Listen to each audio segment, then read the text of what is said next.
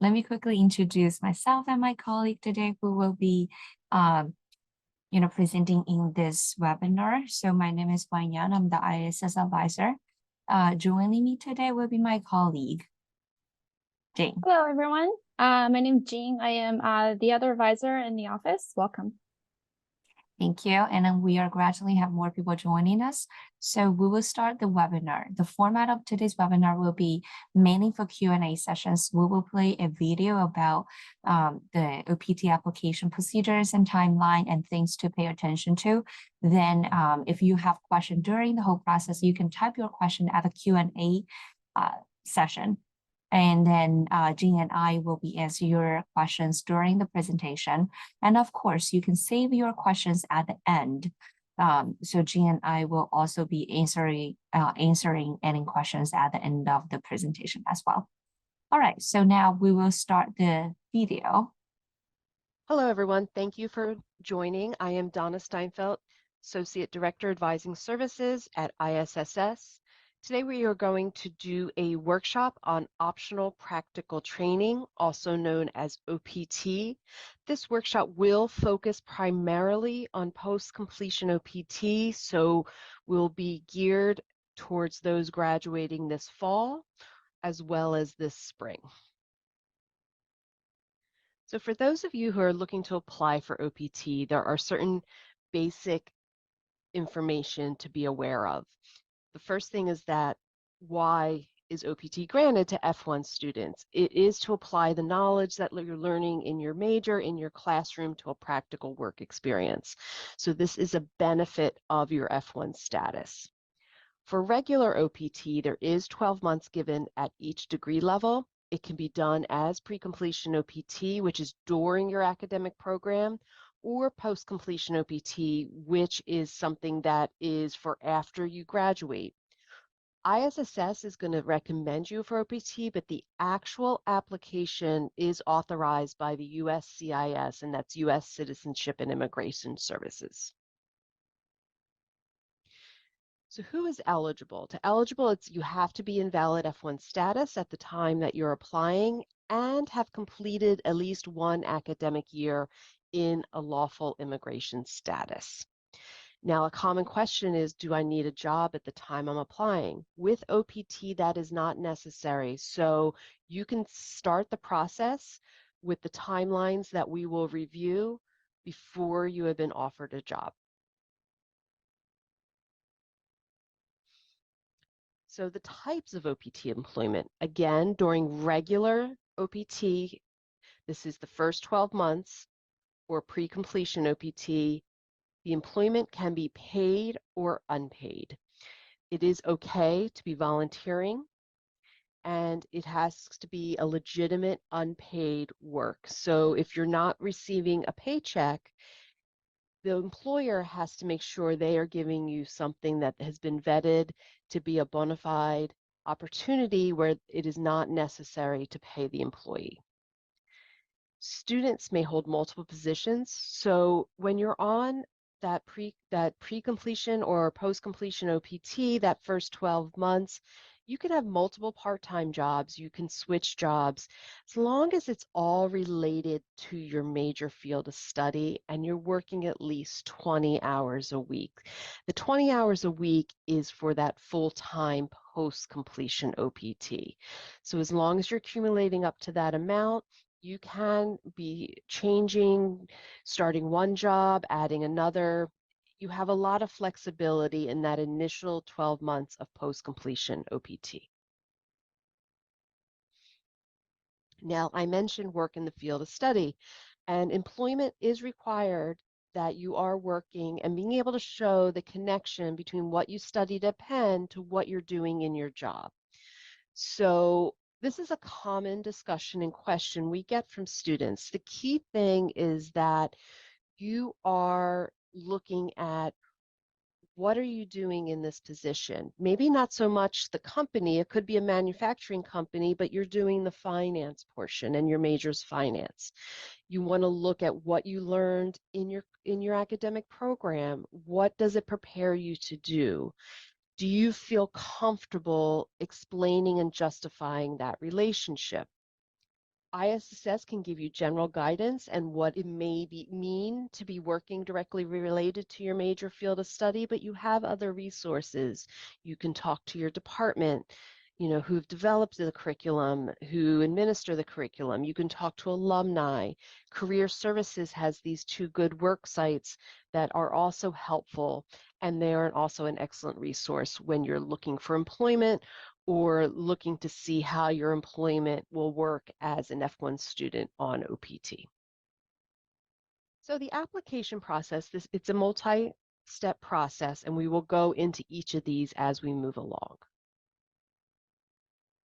Okay, so what we've done is we've included a timeline, and this first slide is for our fall graduates.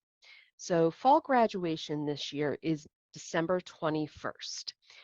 OPT allows you to apply up to 30 days before your graduation for your post-completion OPT. So the earliest OPT application date is September 22nd. So we are within the application window for anyone here who is a fall graduate. The latest that you may apply is up to 60 days after graduation, and that date is February 19th.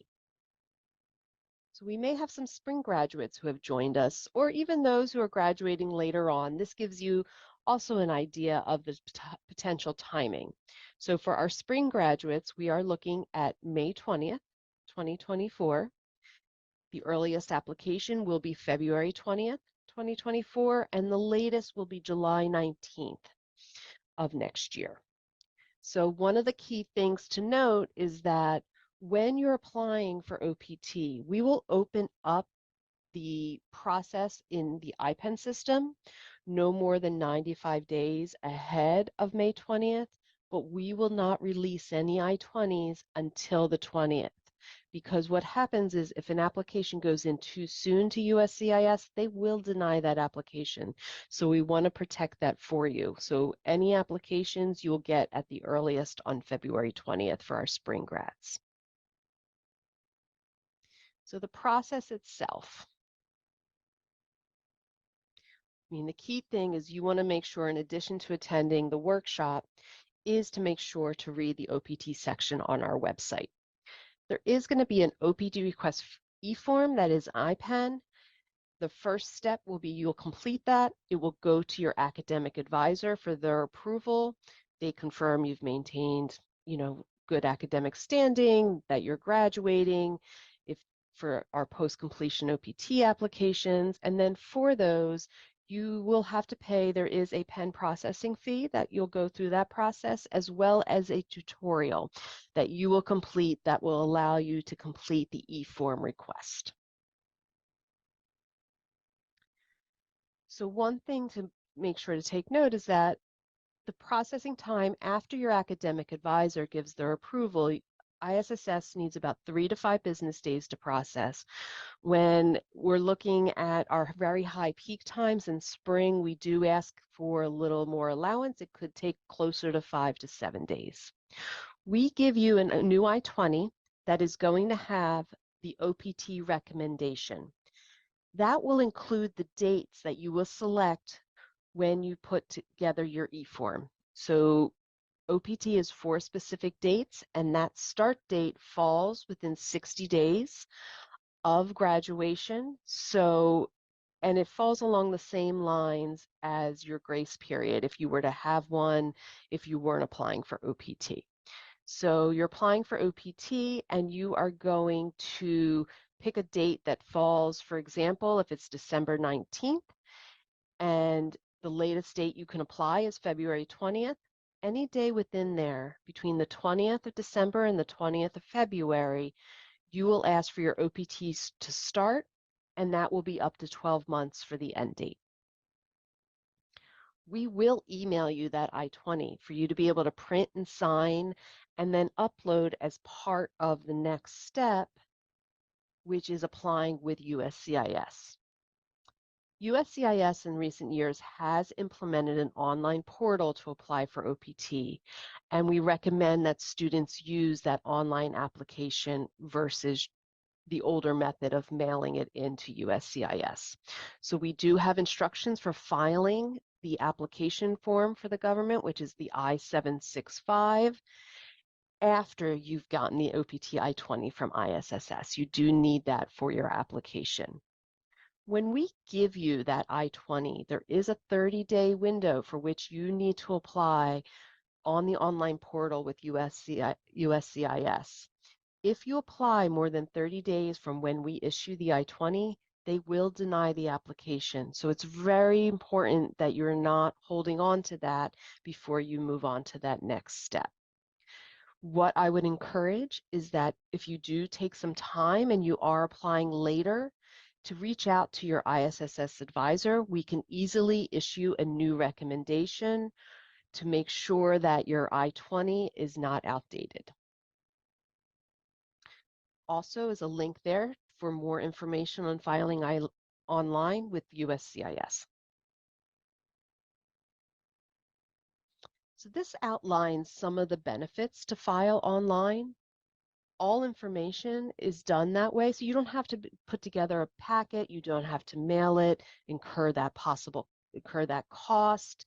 You don't have to worry about getting a check or money order. You may do a credit or debit card online. And the system also alerts you if you're missing any information. So it does cut down on a lot of possible errors that could be made on the paper application.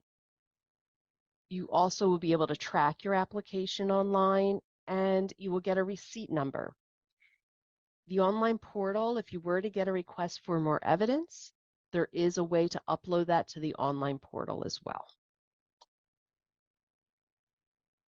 So once you apply with USCIS, then you are waiting for them to adjudicate your application. That could be either an approval, a request for evidence, or even a denial, which is not a common thing, but just to keep in mind, as long as you follow these steps, you should avoid that, but it is a possibility with applications. But in most cases, we are going to see your application be approved if you apply via regular processing. It can average about 3 months. It does fluctuate. We see them go up and down in regards to how long it takes for applications to be processed. Recently, it's been closer to 3 to 4 months. Last spring, it was closer to 1 to 2 months. Will we see a shift? I'm not sure. But if you need the application to be adjudicated much sooner, they have implemented an option to pay for premium processing. It is an additional fee to USCIS of $1,500. They will promise to adjudicate in 30 days. Again, it doesn't guarantee an approval, but you will have a response within 30 days with the additional premium processing. You can also change it later on. So if you file normally and you want to get and it's taking longer than you anticipated or then you need that approval sooner, you can opt to change to premium processing later on. Again, you'll receive that case number when you apply on your portal, and you'll be able to keep checking the status of your application. Key thing is to make sure that until you have your OPT and the approval date is current, you are not engaging in any employment, and that includes any orientation sessions, training that an employer may offer. If you do get a request for evidence that they want to have more information, there's something maybe wrong with your photo, your payment, it's a possibility. And you want to make sure you reach out to your ISSS advisor before you respond so we can make sure your response is accurate and complete. This just gives you an idea of what you're going to see when you get your card. It's the size of a driver's license, ID card, and you want to make sure all the information is correct as soon as you receive it. And if there is any errors or issues, reach out to ISSS. So again, when can you start working? So you want to make sure, one, your OPT has been approved, you have that card in hand, and the start date has been reached. So as of the start date that's listed on the card, that's when you may begin your employment. Now, while you're on OPT, you do continue to have OPT reporting requirements as we continue to be your F1 sponsor during that time. So we are still here for you to answer questions as well as update information in your CBIS record. So you want to make sure that you're going into IPEN once you get your EAD and once you have your first employer. So if it's at the same time, if you already have your employer, you're doing all that reporting. If not, you want to make sure as soon as you get employment that you're reporting that information as well as any later changes. The OPT reporting e-form is where you update the OPT employment, as well as if you change your immigration status or decide to leave the US early and will not continue on OPT. Another requirement is that you're updating your address, your email, and your phone number. Your address in particular is a requirement to update, and these are all within 10 days. So these updates, whether it's employment, address, do have a 10-day window for you to report. There is that e-form, the address, email, phone e-form for you to do that through IPEN as well. You will also get an email from SEVP, the Student Exchange Visitor Program portal, around the time that your OPT is approved and will begin. You'll receive an email to set up that OPT approval. It's a method to view your information. If you ever get locked out, you can go into IPEN. You can click a SEV portal reset eForm in IPEN, but you always want to make sure you're doing all your updates via the IPEN system to make sure everything is updated accurately. The SEVP portal is another tool to see your information, but Penn wants you to make sure you're still giving us your updates as the best way to make sure everything is accurate as you continue as F1 OPT. Now, there is a period of time that you're allowed to be unemployed, but there is a limit to that. So over those first 12 months of OPT, you cannot go over 90 days where you do not have employment. So it is an aggregate of days. So if you take a month to get a job in the beginning, that job ends, and then you take another month, that time is coming out of those 90 days. But you do have a total of 90, and your F1 status, in order for it to remain valid, you can't go over and exceed 90 days. So you just want to make sure you're always reporting any employment that you have, and as of the start of the EAD, that you're looking at those options and making sure you have something where you're working at least those 20 hours a week in your field of study. And again, going back to the previous slides where employment, you can have multiple positions. So if you can't start that full-time job, you could have 2 or 3 part-time jobs, and they could even be bona fide volunteer positions. You may get notices from SUVP if you are getting close or you don't report the employment, and it is possible that they could terminate the record if the 90 days goes over. It's something that they have informed they may implement or may happen, but that is a possibility to keep in mind. So make sure you're in contact with us, especially if you're concerned that you may not be able to make that requirement. A very common discussion in questions is travel.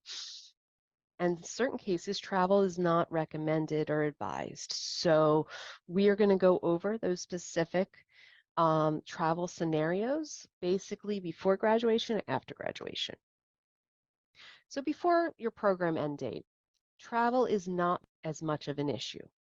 However, when you do apply for OPT, you want to make sure you're in the US when you're filing the application and know that it's been receipted.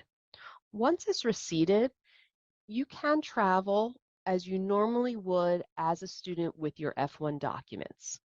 And this is, for example, before December 21st for our fall grads and before May 20th for our spring grads. Now, so a common question is, so fall break, spring break, that's okay. You can apply and travel during those times as long as you have the rest of the required documents as you have and would for as an F1 student. However, after the program end date, it's not recommended. So the possible risks of traveling at that time.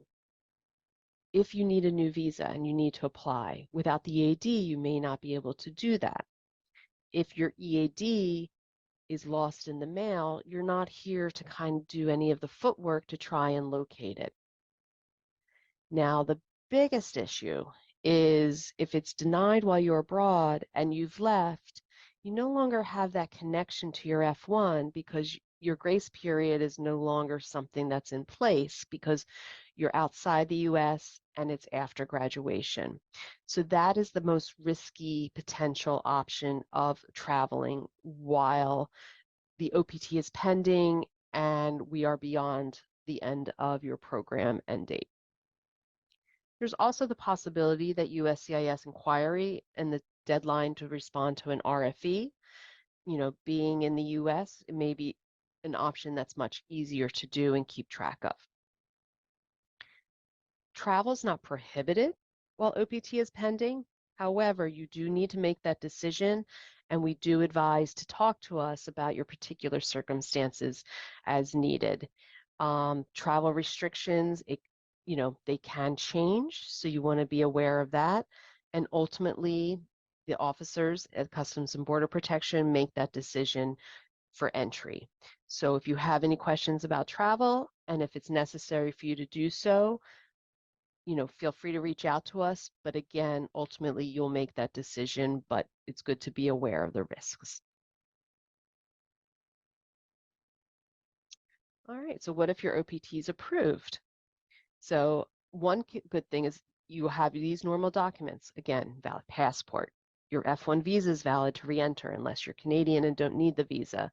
A big difference is we sign that I-20 every 6 months versus 12 months when you're on OPT. You want to have your EAD with you, and your proof of employment is something that's recommended, whether it's like your job offer letter or that you're continuing employment with someone. Also, it's good to make sure you're talking to your employer about any travel plans, especially if they're planning to apply for an H-1B, which is a temporary worker visa. So you would want to make sure you're consulting with them about your timing of your trip so that it does not conflict with that application. Now, I know a lot of people are wondering, when is she going to mention OPT STEM? So this is applicable to anyone who's in a STEM major, and which is science, technology, engineering, and mathematics.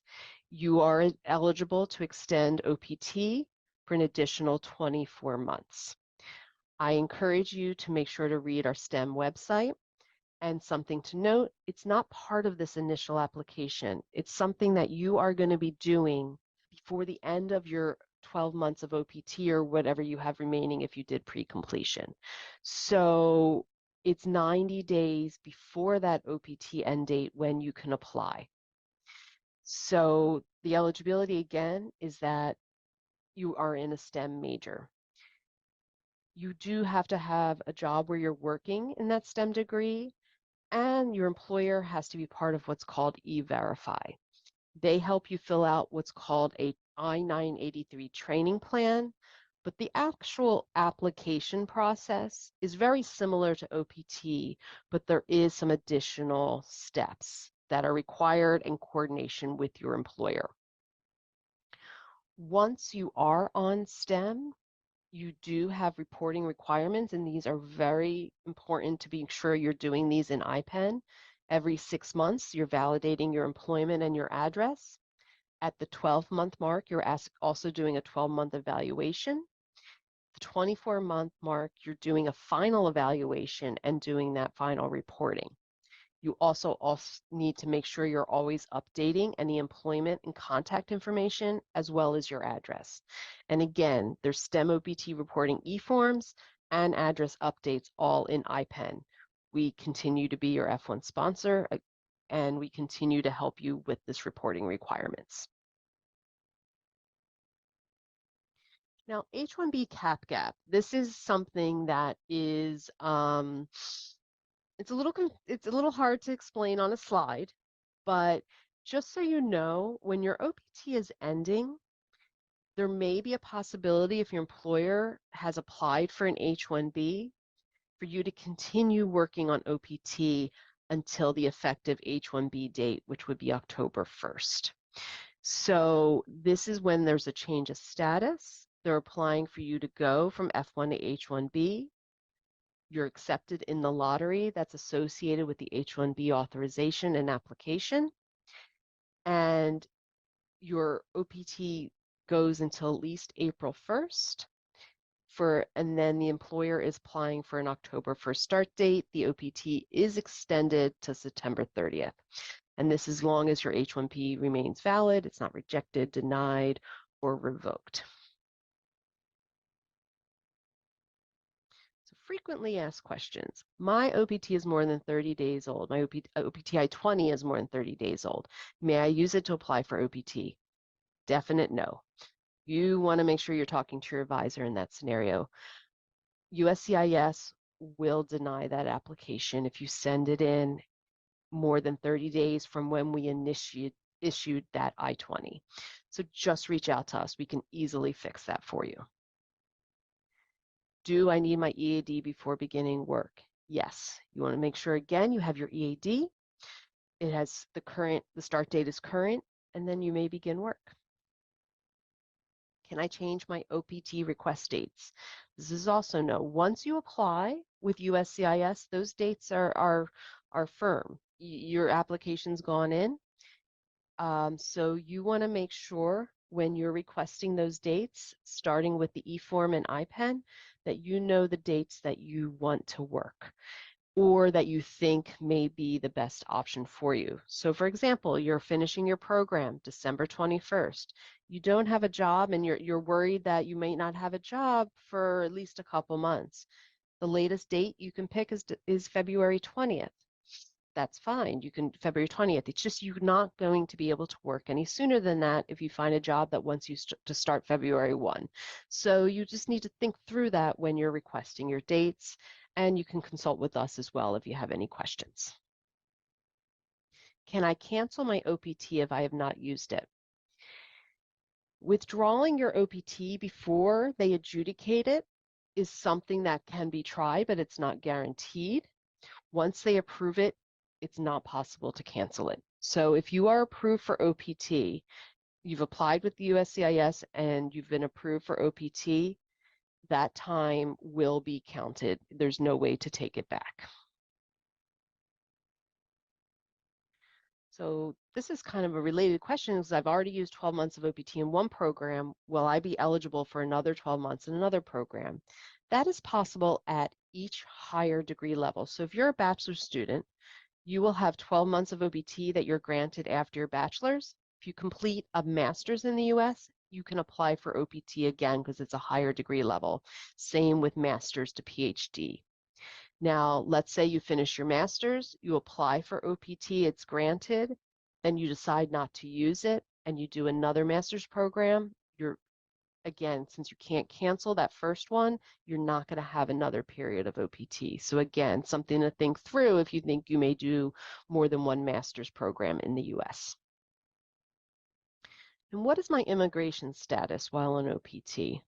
This is a common question. I've tried to kind of include this throughout that you are still F1. This is a benefit of your F1 status to have OPT. It's something additionally given to you as F1 students. And it is to apply, again, that work, what you learned in the classroom to that work experience. Some final thoughts, make sure to review our website, plan ahead, look at the dates. Anything that you submit online, keep an electronic copy, print, keep a physical copy. You just want to know what you submitted to them and always read our emails. We are going to let you know deadlines. We're going to let you know updates, important things to know. So whether or not you're applying for OPT right now or later, always read ISSS emails.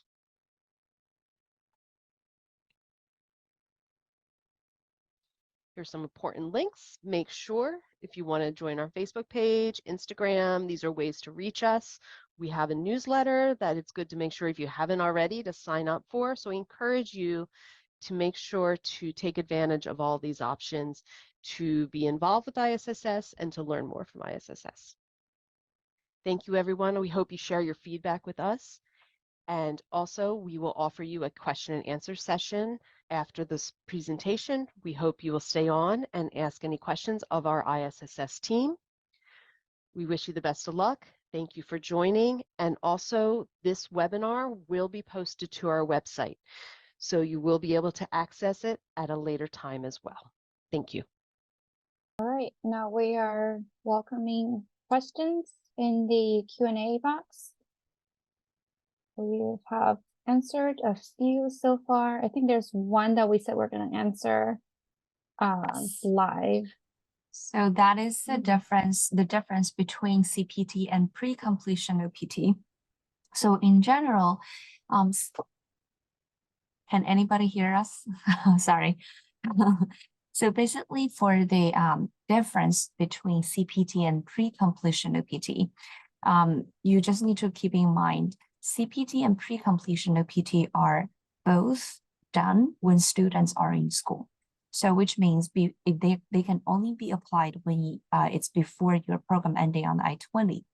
However, CPT is called curriculum practical training. So it has to be part of your academic curriculum in order for you to apply for it. So at Penn, we actually require students to have a CPT course. And a student need to register for that CPT course and pass that Penn, and then they have a job offer on hand, then they can apply for CPT. But for pre-completion OPT, it's optional practical training, and it's part of your whole OPT window for this degree level. So it really does not need you to register for a course for it. And also, you don't need to have a job offer in order to apply for it.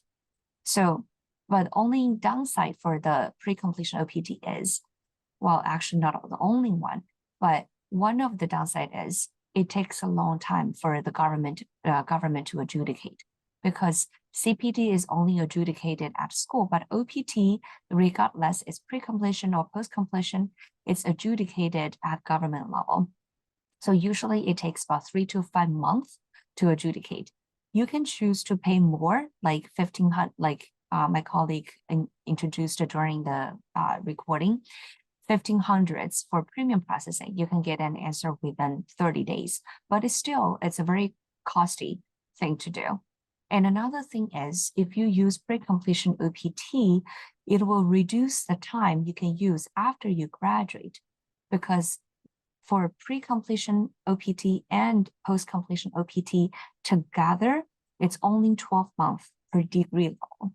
So a lot of students would consider to save the whole 12 months, the 1 year work experience after they graduate. So that's the some differences between CPT and pre-completion OPT. And we would recommend students to consider CPT when they are in school instead of using pre-completion OPT. Great, thank you, Fawn. Next question, a Canadian student is asking if they could travel after graduation, since they can re-enter the US with a Canadian passport and don't need a visa. If you are talking about post-graduation while on OPT, you do need to have the OPT approval, which is the EAD card that USCIS will send you upon approval of your application. You do need to continue to enter the US as F1 status, even though you do not need a visa to enter. But while on OPT, you want to make sure that you continue to enter as an F1 student on OPT, meaning that you need your passport, valid I-20, writing signature, your EAD employment letter, and all of that. Okay. Thank you. So the next question, if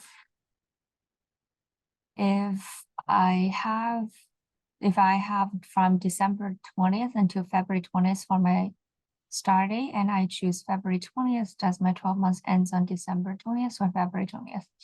It's the 12 month actually starts from the 12 month actually ends from the start date of OPT. So if you choose February, actually, if you graduate in December, your graduation day is December 21st. And the last day you can use as your OPT start is February 19th. It's not February 20th. All right, so if you use February 19th, the last day, as your OPT start date, the whole 12 month actually ends in February as well. So it's not ending in December. Okay. Next question. If I want to do summer internship, will be better to use CPT. How to identify which course will be required? Should it be written explicitly on my curriculum? Yes. So summer internship, if you're eligible for CPT, we recommend CPT. You want to reach out to your academic advisor to understand the CPT process within your school or department. Oftentimes there is a course that's associated with your CPT internship experience, and you will find out what that is, and then that will be the course that you need to register for the CPT. We had a CPT webinar a couple weeks ago. Please feel free to review the webinar. It's recorded. It's on our website for more information. Interesting. Yeah. So do I just need to receive this before traveling? I assume you're referring to It's the EAD Canadian card. student question. Oh, Yes. Okay, then Yeah. I will say for you, so you Oh, can okay. take over. Yes. So yes, it's advised that you apply for PT as early as possible, or as early as you're eligible, so that you have the EAD before graduation, in order to travel. Yes. So we do recommend that you have the EAD before traveling. So next question, what are some methods for international students to extend to stay in the US? I heard about to take teaching assistant, research assistant role internship. Well, program extension is different. All right, so program extension, if a student wants to extend, want to extend the study in the USA, then they must have a valid academic reason. If you are just talking about you want to stay in the USA after you graduate, then you need to consider to apply for OPT, because CPT can only be done when you are in school. And as for extend to stay in the USA, we might need you to clarify that in a bit more details. But in general, program extension is a different topic, and it requires students to have a valid academic reason. Doing teaching assistantship, research assistantship role, or even internship will not make you be eligible for a program extension. Okay. Next, full-time job after graduation, start dates available during graduating May 2024. What's the latest date to start OPT? So depending on the OPT start date that you choose when you apply for OPT, your employment must start no later than 90 days before the OPT, 90 days of the OPT start date, because you cannot have more than 90 days of unemployment. So for example, if you pick June 1st, 2024 as your OPT start date, then by the end of August, you must start working. Okay.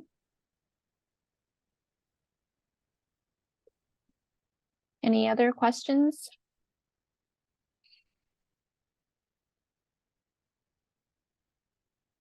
What are the OPT start date options? OPT will have to start within 60 days of graduation. You can pick a date within 60 days after you graduate.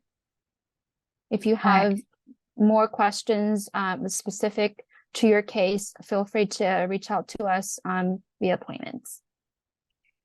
All right, so next question. If I'm graduating in December 2023 and has a job starting from June 2024, what are some methods I can take? Okay, so the most important thing is for you to find a job in transition, before you start your full-time job. So that to be said, if you graduate in December, the last day you can use as OPT start date is February 19th. And I would recommend you to consider use February 19th as your OPT start date. Then you can find a transitional job, such as, working as a volunteer or working in an internship, in that way to stop the 90 unemployment days clock. And then when you, when it's about the time for you to transit to your full-time job, then you can just do another OPT reporting and then let us know you stop your temporary transitional job and you will start another job with a full-time employment start date.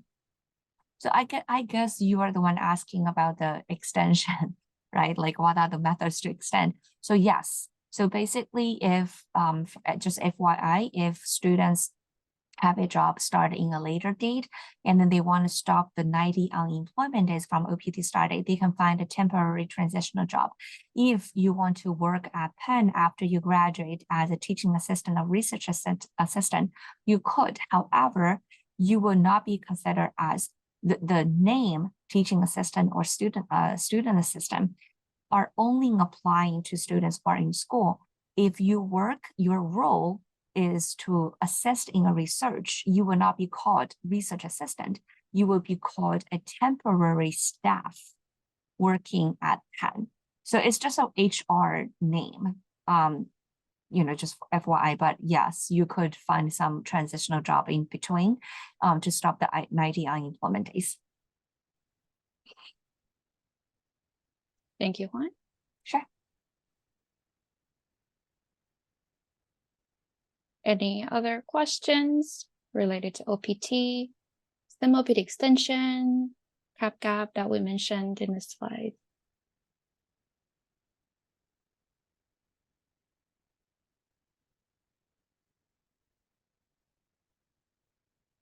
Is there a difference in when you apply for OPT? So the earliest would be 90 days before graduation. Yes, we would recommend that you apply as early as you're eligible, as early as 90-day hits, because the current processing time for OPT is about 3 to 4 months. If you would like to have your OPT approved by graduation or shortly after graduation, you do want to apply as early as you can, or you're eligible.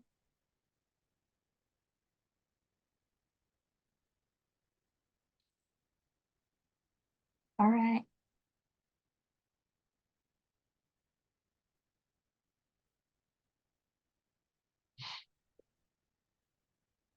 We do have another 10 minutes if anyone has any questions.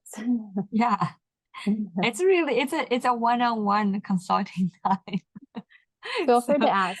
Yeah. If it's too specific, we'll ask you to reach out to your ISSS advisor, but we can answer general questions related to OPT. All right. Well, if you don't have any questions, we will call the end of this webinar. And if you do have any specific questions after you hear about the webinar, you are welcome to reach out to ISSS. We're your ISSS advisor for detailed assistance. And we really appreciate your feedback. And also thank you for joining us for today's webinar. Good luck with everything and with your application. Take care. Thank Bye. you. Bye-bye.